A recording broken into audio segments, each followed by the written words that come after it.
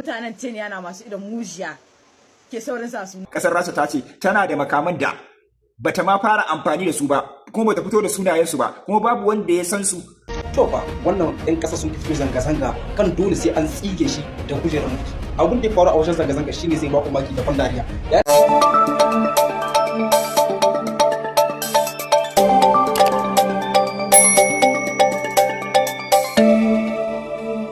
To fa wai me ke faruwa a Faransa? Na san wasu na nan gaban TV, gaban tele ko kuma a cikin waya a cikin Google ko kuma ana jiran wata RFI wasu BBC ya wasu su faɗa abin da ke faruwa a cikin ƙasar Faransa. Sai dai wannan labari ba za ku taɓa same shi a nan da nan ba saboda wannan koyon labari. Wato ƙasar Faransa abin da ke faruwa a yau a cikin ƙasar Faransa dukkan Faransa baki ɗaya a girgiz take. Dan hankalinsu ma baya a jikinsu. Tunda an kasance cewa a ranar yau za a tsige wato shugaban ƙasar su wato Emmanuel Macron daga kujerar mulki. To fa wannan 'yan ƙasa sun fito zanga-zanga kan dole sai an tsige shi da kujerar mulki. Abun da ya faru a wajen zanga-zanga shine zai ba ku maki da dariya. Yayin da an same su an kai jibiya kamar tumaki ga sun dai kuna gari kamar awaki haka an kai dubga musu kai karshe dai abun bai haifar da ɗa mai ido ba. A halin yanzu dai 'yan ƙasar Faransa baki ɗaya suna buƙatar addu'ar 'yan Afirka domin a taya su tsige wannan mutumin da ya cuce su ya ci amanar ƙasar su Faransa. Wanda kuma wannan abun fa ana zargin cewa fa abun da suke wannan zanga-zangar saboda waɗannan shugabannin ƙasashe guda uku ne yankin Sahel. A ƙarshe wani irin fata za ku yi ma waɗannan 'yan Faransa da ke zanga-zanga? Shin kuna goyon bayan su ci gaba da wannan zanga-zanga ko kuma dai ba kwa goyon bayan wannan? To gaskiya wannan zanga-zanga abu ne mai kyau su samu su tsige shi wataƙila ma. Na ba mi a yi haƙuri na yi latti. Amma duk da haka nan ko da ƙarfe 5 dare ne na samu abin da zan yi post. Jiya ciki ko Allah 9 ga wata bancin Prime Minister ya sauka na France. Yau muna 10 ga wata. France zanga-zanga ake ta irin ta hankali wadda kuma ba a taɓa gani irin ta ba. Sun tare hanyoyi, ana jiwa police, ana ƙone motoci, sun ce kawai Macron ya sauka. Inda wanda ya fito wanda yake kin goyon bayan shugaban ƙasa ke cewa mafita guda ce France inda ana son ci gabanta, inda ana son France ta samu wani abu kuma nan da gaba shine kawai Macron shi di mai so ne. Ko ya sauka ta lalama ko ya sauka ta tsiya-tsiya.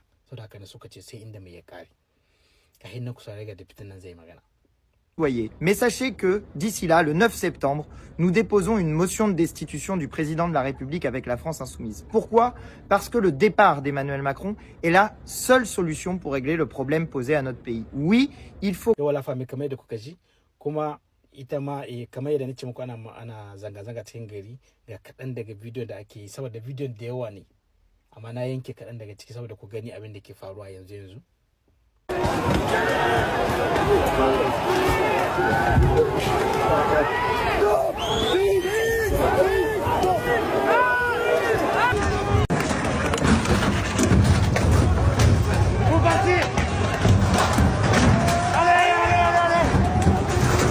Bayan haka nan gari yanzu akalla an ce sama da mutum 200 sun mutu.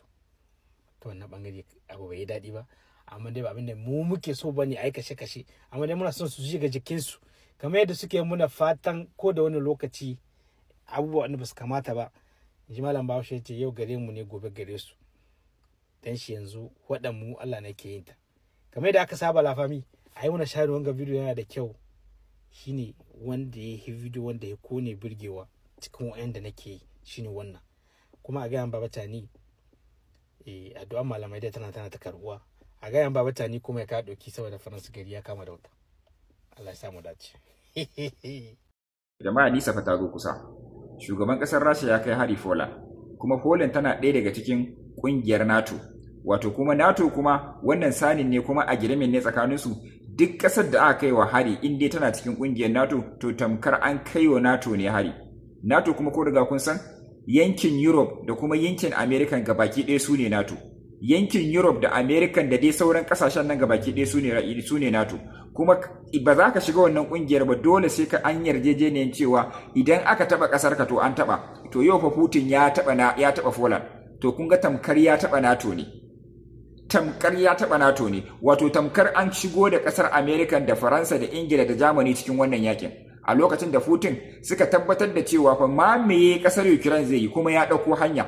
kuma sun tabbatar da cewa irin shirye-shiryen harin da za su yi in har suka ce za su yi shi a cikin Ukraine to fa asiri zai tono, kuma za su yi shi a cikin Ukraine Rasha tana kallo, kuma Rasha ba za ta taɓa bari a yi wannan harin ba. Shine suka zo suna kokarin kitsa shi a Poland, wato suna so su sa Poland a ciki yanda za a shigo ga baki daya, saboda duk irin kauce-kaucen da laɓe-laɓen da suke yi da kokarin yin sulhu da kokarin dai kare kasar su a kar NATO ta shiga a tsaya iya Ukraine din, abin ya gagara. Nan take hutun kafin ma su kai shi ya kai musu. To an zo daidai gabar da muke bukata a zo jama'a, sai dai a dage da addu'a fa. Mu mun tabbatar da cewa tunda aka fara daman sai an yi babban. Kuma wallahi faɗan NATO da Ukraine faɗa ne wanda za mu samu sauki akan abin da muke samu akai, saboda gabaki ɗaya hankalinsu zai tashi. Kuma kowace ƙasa ta shirya makamai, ta shirya kayan faɗa, ta shirya yaƙi na fitar hankali idan wannan ya tashi. Kamar yadda muka san cewa ƙasar Rasha ta ce tana da makaman da bata ma fara amfani da su ba, kuma bata fito da sunayensu ba, kuma babu wanda ya san su sai idan har babban faɗa ya tashi. Wato faɗan NATO da Rasha kenan. To kuma yanzu gashi nan, yanzu ne za mu fara ganin canji. Kuma kun tabbatar da cewa ƙasar Rasha fa ba fa ita kaɗai bace. Kun san yanda NATO take da ƙasashen Turai, to haka Rasha take da sauran ƙasashen mu na zagayen duniya gabaki daya, musamman ƙasar Iran. Idan yaƙi ya tashi fa, idan aka taɓa Rasha tamkar an taɓa Iran ne. Duk da irin wannan makamin da ita kanta ƙasar Rasha ta yi amfani da shi na Shahid a Poland na ƙasar Iran ne, kuma haka ƙasar China, kuma haka ƙasar North Korea. Kun gane ko? Kuma haka ƙasar fa sauran ƙasashen musulmai wanda ba su fito sun bayyana kansu ba. To fa yanzu za a rikicime. Kuma idan ba kitsimewar aka yi fa wallahi ba za mu taɓa samun zaman lafiya ba. Musamman a nan yankin Middle East. Yanzu ne za a raba hankalin su biyu, kuma yanzu ne ƙasar Yahudu za ta gane cewa ita ba komai bace. Saboda haka yanzu ne NATO za mu gani da gaske ne idan an taɓa NATO an taɓa su gabaki ɗaya ne, ko kuma daman kawai faɗa ne muka yi. Ko kuma daman faɗa duk da dai ana kokarin jawo su yakin, suna kokarin kaucewa, suna kokarin kwane-kwane, to fa yanzu an kai kadamin da ko su shigo ko kuma masu nakin nan mena nan dama mutanen Teniya na masu idon mujiya ke saurin sa sunan nan bare ba, masu idon mujiya sunan ke saurin sa sunan. To dan Allah in sun jehe wanka barewa ta mana a canza mata suna. Amma iyakacin gudu ke yi gudu, amma dai sai ko da yaushe in ke gudu ki kai gaba sai muga ke tsaya. Mun kasa gane ya Amina, wallahi mun kasa gane, amma dai kina bakin kokarinki, amma na san ba a rasa bare bari ba da sun kashe ki. Kure da wannan zargi da ki ma ki fidda shi, mena babu wanda ya jihe su sun kashe kansu.